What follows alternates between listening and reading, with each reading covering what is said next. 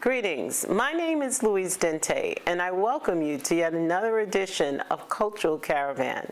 On this edition is a special, as we're joined by two distinguished scholars.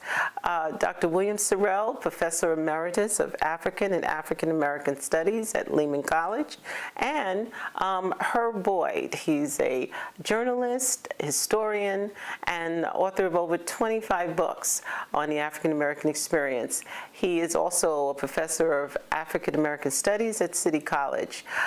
Both scholars will discuss some of the current events as relates to preserving the legacy of President Barack Hussein Obama as it relates to our current president, President Trump. You know, I'm so happy you're both with us. This is a very interesting time in our history, and to have two distinguished historians to really interpret some of the events, particularly as it relates to the fact that we just recently we've had the first African American president, 44, President Barack Obama, who left office, as we know, beginning of this year. And we have the 45th president, President Donald Trump. Recently, there's been a lot of concern about the fact, or some concerns about whether the Obama legacy will be able to weather the onslaught of a lot of attacks by the current president. So we just wanted to both of you to give your opinion of where we're at now in terms of looking at the various things that Obama did during his tenure as president and what we can expect going forward. Let's start with you, Dr. Seraile. Thank you. Well, keep in mind that presidents who engage in executive orders don't have lasting power with their orders because it's just a personal decision. It can be easily overturned by the successor by giving a different executive order. So you see that a lot of Obama's legacy is being eroded because they're dealing with executive orders. However, those that are legislative enactments, they're much harder to overturn because that means you need the new Congress to pass something different. And that's where Trump is having a lot of problems right now because attacking Obama's health care, we've seen so far resulted in failure because you can't get the necessary numbers to repeal and replace as they wish. The same is true of other major Obama accomplishments that we can look at in a little bit more detail. Well, I'd certainly like to second that emotion in terms of understanding the importance of a presidential legacy. I'm always reminded of after Abraham Lincoln, we had Andrew Johnson. And of course, Lincoln being a Republican and representing some of the major achievements in terms of growing out of the abolitionist movement of that day, and then to be succeeded by this here arch reactionary. It reminds me exactly of what's going on right now as Donald Trump, number 45, President Agent Orange, begins to chip away, you know, at the Obama legacy. Each week in the Amsterdam News, I do a front page editorial. You know, once upon a time, the previous publisher, Bill Tatum, he did like these long, you know, front page editorials. We got Ed Koch must go. So that's what I've been doing for up to number 38 now in terms of Make America Great Again, Trump must go. And each week I find a different way to say that he must go. You don't have to work too hard on that. He just gives you the ammunition. Now, he continually shoots himself in the foot. He surrounds himself with a bunch of nitwits.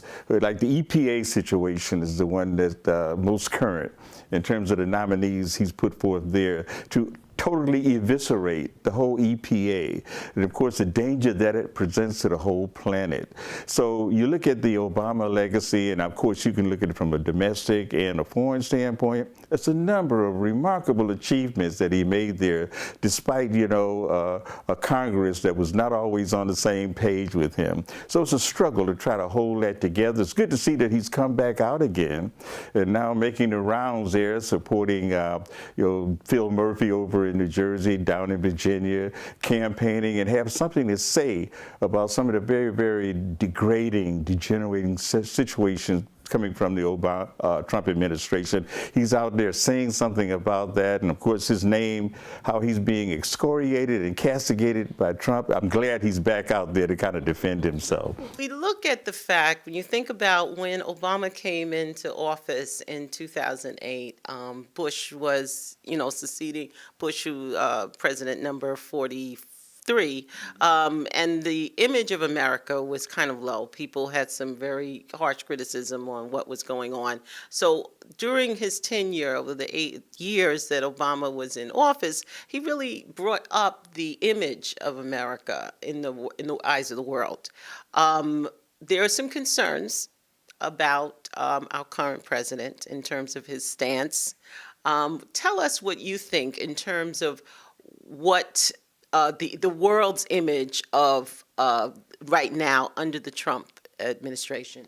Well, I think the world is scared and frightened because if you have Trump with his saber rattling with North Korea and also with Iran, and who knows what will be next, is very uneasy because you have an alliances, and those alliances are not live up to, then that you have a lack of confidence in the word of the American government and certainly the President of the United States. And Trump I don't think Trump understands his rhetoric. I think he says something, it's like out in the street selling tickets, like wolf tickets, like, I'm going to kick your butt when I see you next week, without realizing the consequences of those kinds of words. And Europe is concerned because if Trump is saying we don't need to have these alliances, then what's going to happen to, say, like Soviet aggression in Eastern Europe? If Trump is saying we need to step back from those kinds of treaties. You're talking about someone who, for the media, I represent the media, and he sees the media as being the enemy of the people, which is just absolutely absurd, And we know who the enemy of the people is, and we kind of point that out each week. And of course, when you start talking about the saber rattling, calling the Kim Jong-un, this year kind of the little rocket man, this kind of, really denigrating remarks is just a matter of provoking. He doesn't need any provocation. He's already, firing missiles all over the place. So all it begins to endanger the whole planet again. So any way you look at it, whether you're talking about it from the standpoint of the environment with the whole denunciation of climate change, that this whole question of global warming, it does not exist, just absolutely absurd, conclusions about stuff have been scientifically proven, that this is affecting the planet and everything. So we have to deal with someone who is a denier in so many ways. The whole birther thing, when he came out, he's been fairly consistent. There's no change in the kind of predictable unpredictability of the Trump administration. Well, what he's trying to do, obviously, is take away everything that Obama stood for, everything that Obama achieved. He's trying to take that away because he doesn't want Obama, who is an African-American male, to be above him in achievements. Someone jokingly said that if you take all the executive orders of Obama and take off Obama's name and put down Trump's name, Trump would be improving. He would improve everything because it's his name now, even though maybe what Obama came up with originally. And I always think about this in a way that if Trump had lived in a different time period, say 1850, he likes to brag. And I think if he lived in 1850, he'd be bragging, I have the biggest plantation, I have the most enslaved people in the United States.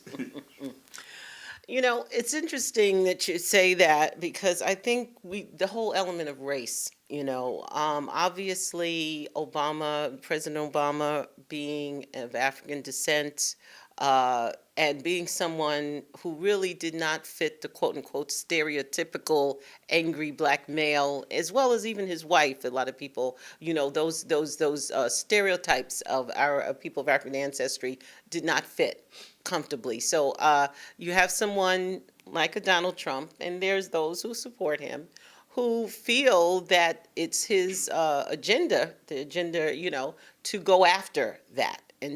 So I'm just concerned. I guess the concern is where the element of racism, even in terms of the election of current president? How did race have a factor in that? Well, no doubt about it. I mean, almost from, you look at the campaign, race became a very significant factor. During all of his speeches, you know, you could find this here element, this aspect of race there. And now, you know, it's kind of like evolved into, I should say devolved, into the whole white supremacist situation. And they had the young lady on ESPN, Jamil Hill, to say nothing of Ta-Nehisi Coates in his articles in Atlantic Monthly, and of course in his new book out there, and all of them accusing him and charging him of being a white supremacist. Then the most recent incident with the representative from Florida, Frederica, saying that, you know, she says the White House is full of white supremacists, right, with John Kelly in terms of what he's had to say about her. And of course now the video has come out to show that she did not say what he accuses her of saying. And so that's kind of typical of having these surrogates, you know, around him, which he can't even get on the same page. We got a Secretary of State, Rex Tillerson, and he's trying to tell him, you know, like how to conduct his affairs. Obama was talking about diplomacy throughout his administration. This individual, again, he builds the whole foundation of the Trump administration is based on the negation of the Obama legacy. So, in line with that, the fact that, and I guess this is where I've ran into people who say they're scared, you know, and of not just African Americans, but other people say, look, they're scared. They're scared there's either going to be a nuclear bomb dropped, or we're going to go into some war, a lot of lives are going to be, or something else. What do you say to those out there who feel powerless, who feel somehow that they've lost, you know, what would you say to some of those people? Well, go back to Frederick Douglass, power concedes nothing without a demand. And certainly the forces have been developing right now. We have a lot of demonstrations. Some may not necessarily get on the news, but you have a lot of demonstrations against Trump. And as a result, there's an effort to force members of Congress who have a conscience, because a lot of people in Congress are unwilling to confront Donald Trump. But Donald Trump is making the mistake of attacking so many members in Congress, particularly Republicans who should be trying to help him, but who are being turned off by his rhetoric and certainly by his implications. And I think, particularly if the Democrats take over the House in 2018, there'll be definitely a strong movement towards impeachment. Or also, as Republicans begin to see, Donald Trump is going to bring them down. And politicians are nothing more than self-serving for themselves, and they want to get reelected, and they think that Trump is going to bring them down, and they, in turn, will turn against them. Yeah, you hope that, Bill, that some of this begins to resonate with his base. And of course, he plays his base all the time. Most of his moves that are made, you know, if you go back to Charlottesville, where you talk about both sides there with the whole tragedy that occurred. You have a president there who, even with the GOP, and you absolutely right in terms of the concerns that they're having about the midterm elections in 2018, because if anything, already we have some indications that a number of GOP candidates are very worried about what's going to happen, particularly with Obamacare, what's happened, the whole repeal and replace thing fell apart. They finally got kind of a halfway bipartisan agreement as they move forward, but the truth of with the tax code, you know, the truth of that would probably be in writing the bill itself. That's a very difficult challenge that they face there. So we're looking at the situation as the, kicking the can down the road, as we do so often when we get into talking about prognosticating about what's going to happen with the upcoming elections. But those numbers that are coming from the various polls, and I'm always leery of polls, you know, there's just a snapshot in time, but it seems to indicate that each one of the Gallup poll, for example, shows the numbers that he has in terms of popularity is just unprecedented for a president. So I'm hoping that's an indication that it'll take base and resonate with his base, and people begin to learn and say, hey, look here, you know, the first to reap the whirlwind, you know, of the kind of very negative positions coming from that Trump administration be members of his base. Well, I think, too, talking about his base is issue of education. because his base doesn't realize that much of his policy, many of his policies that they think are against people of color are also against them.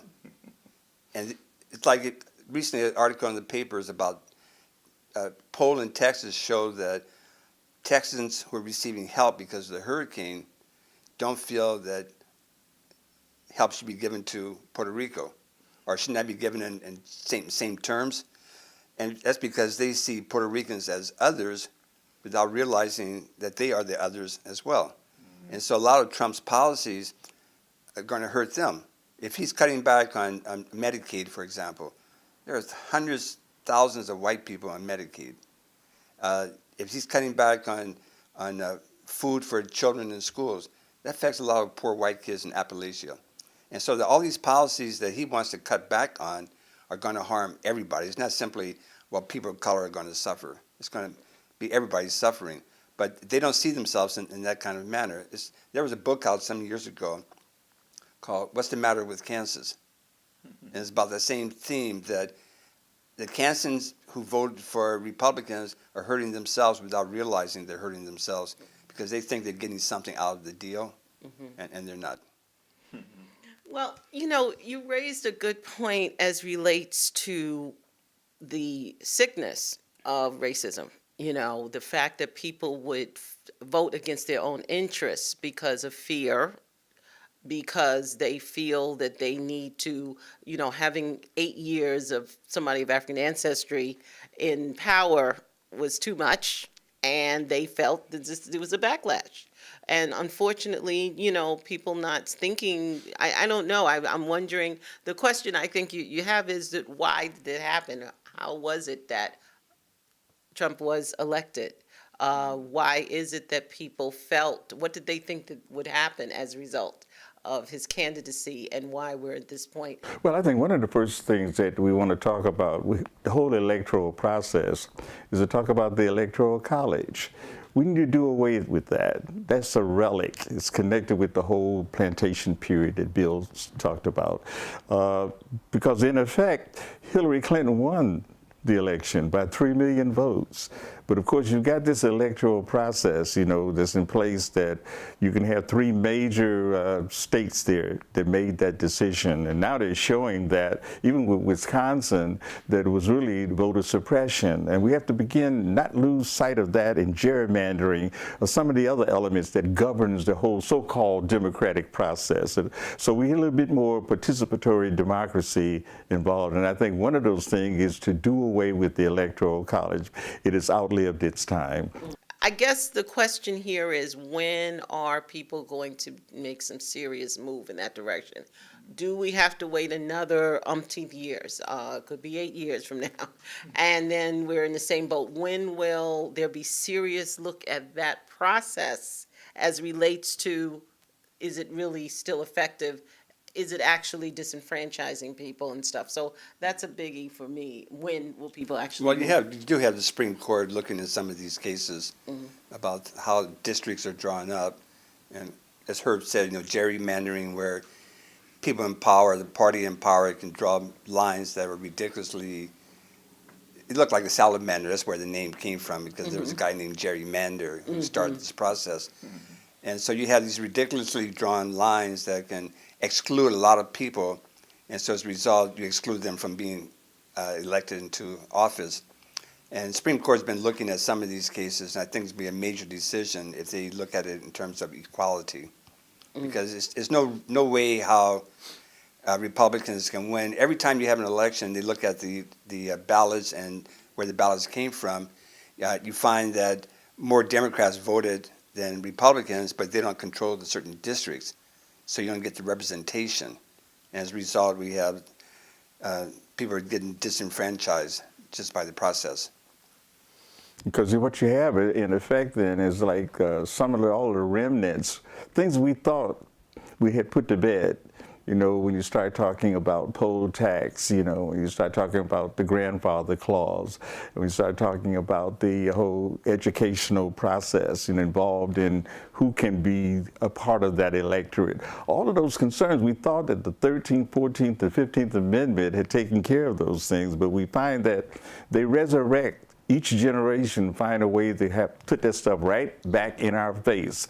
And sometimes it's a very sophisticated way they do it. So that means that as our voting populace, our electorate has to be a bit more alert and vigilant about that. And maybe some of the same practices that we put into effect to kind of turn it around before, we may have to utilize again, but on a higher sophisticated level.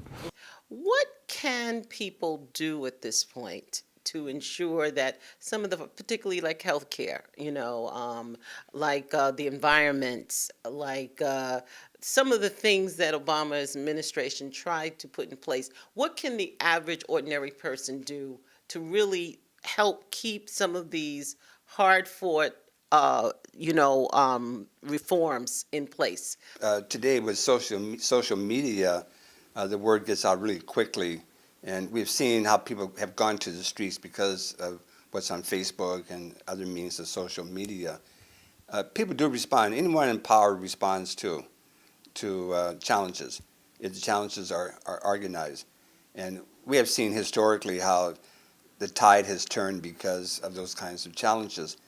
And if even something simple as contacting representation in Congress, because what members of Congress do is they want to stay in office.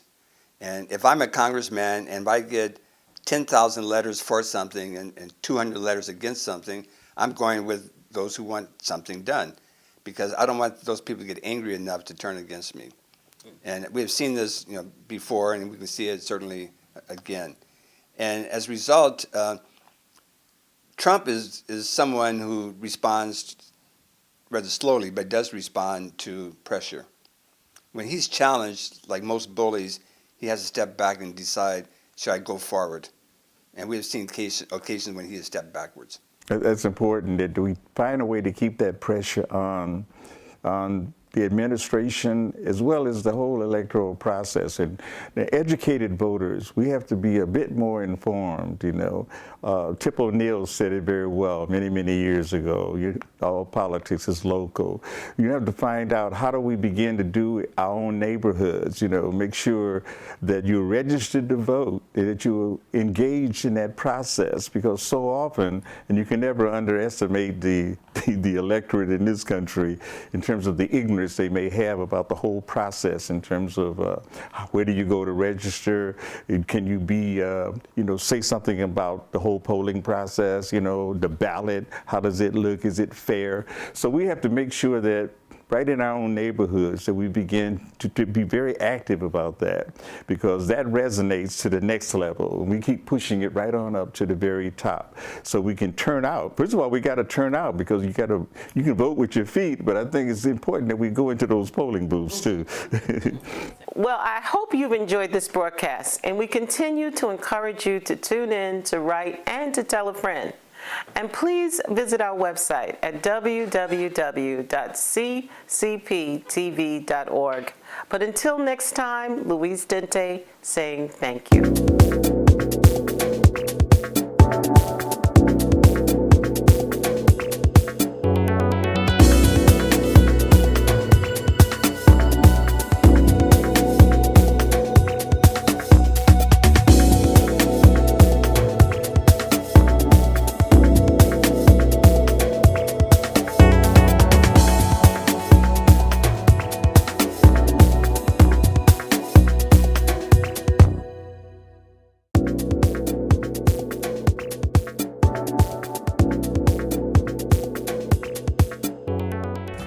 Let's welcome Joe Patan.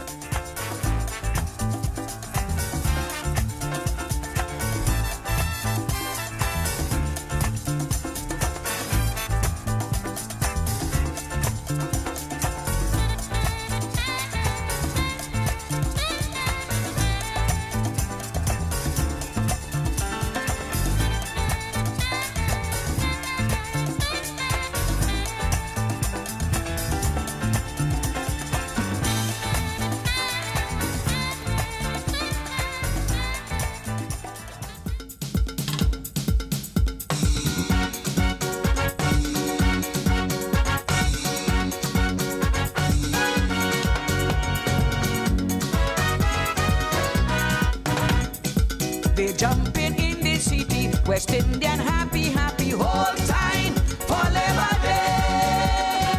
I tell you, no problem, for we take over Harlem Sunday, eve of Labor Day. Virgin Islands crew in town, St. Thomas, St. Croix, and St. John. When you hear the cowbell ring, Harlem will be jumping.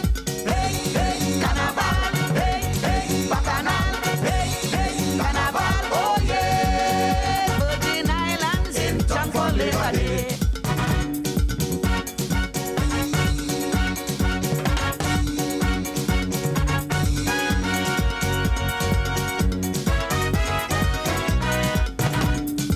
The action will be heavy, people from the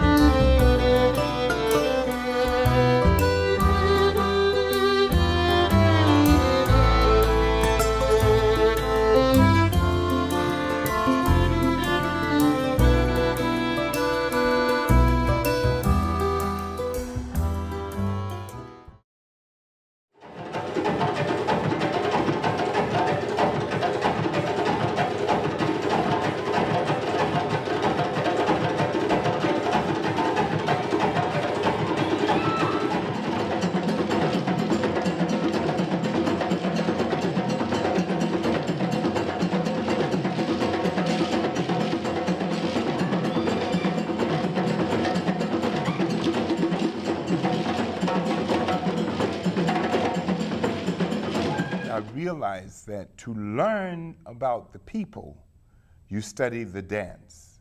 And when you study the dance, you learn the history of the people. Because dance in traditional African cultures used to preserve, and so that the young coming forth learn by age group. And as I said, you know, I'm skipping years. In traditional African cultures, you learn by age group.